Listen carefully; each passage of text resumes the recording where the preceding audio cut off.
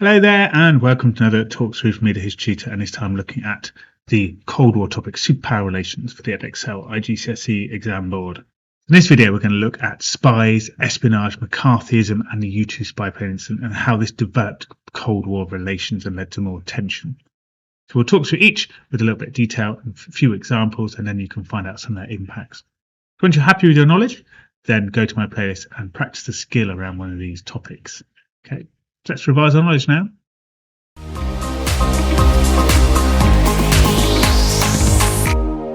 Let's start our story by looking at spies and espionage. So it starts in America with HUAC, the House of Un-American Activities Committee.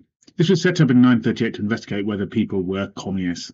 By 1950, Alger Hiss had been caught passing files from the State Department to the Russians. Also, Julius and Ethel Rosenberg had been found guilty of passing secrets to the Russians, and they were executed. So spies have become a big, major problem in America. And the impact of this was McCarthyism. So Senator Joseph McCarthy and the FBI leader J. Edgar Hoover began a hunt for communists known as McCarthyism. McCarthyism led to many Hollywood actors, politicians, and normal people losing their reputation and their jobs as they were accused of being communists. Paranoia developed across America as they feared Reds under the bed. However, McCarthy was discredited by 1954, and this fear of spies lessened, and the era of spies started to change to some extent. So in particular, we get the U-2 spy plane. This is the change to this idea of information gathering and spying. Rather than using people as spies, the Americans used spy planes from 1955. The planes flew about 60,000 feet above Russia, taking pictures of key sites. The Russians knew about them, could do little about it. They were too high in the sky for any Russian technology to shoot them down. Added to this, the Americans released Discovery 14, a spy satellite in space with powerful cameras to take pictures of the Russians. However, the U-2 spy plane incident developed.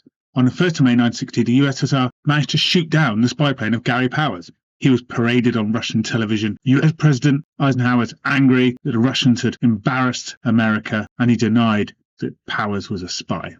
In 1962, Powers was released eventually, given back to the Americans as part of a spy exchange, Rudolf Abel returning to Russia. The Paris Peace Summit was hoping to build upon the good relations that were developing under the Thaw, but this spy plane incident caused problems. Khrushchev met Eisenhower, but the US refused to apologize for the spy plane incident. The plane had violated Russian territory, but they were unwilling to apologize. In reaction to this, Khrushchev stormed out the meeting, and the Thaw looked under threat. So what was the impact of the U-2 spy plane incident? So as I said, the thaw seemed to be over. Tension had increased again. An opportunity for peaceful negotiation was ruined. American politics started to become hardline towards Russia again. JFK was elected as a potential hardline president against the Russians. However, the impact could have been lessened by the fact the Russians knew about the spy plane all along, and maybe were quite happy they'd shot it down. I hope you found that useful and you know lots more than you knew before and really recapture your knowledge. And if you did find it useful and you're ready to move on, then go to my playlist and find a tutoring video to practice some of your skills now, or take a look at my revision guide. Right, hope to see you again soon. Bye bye for now.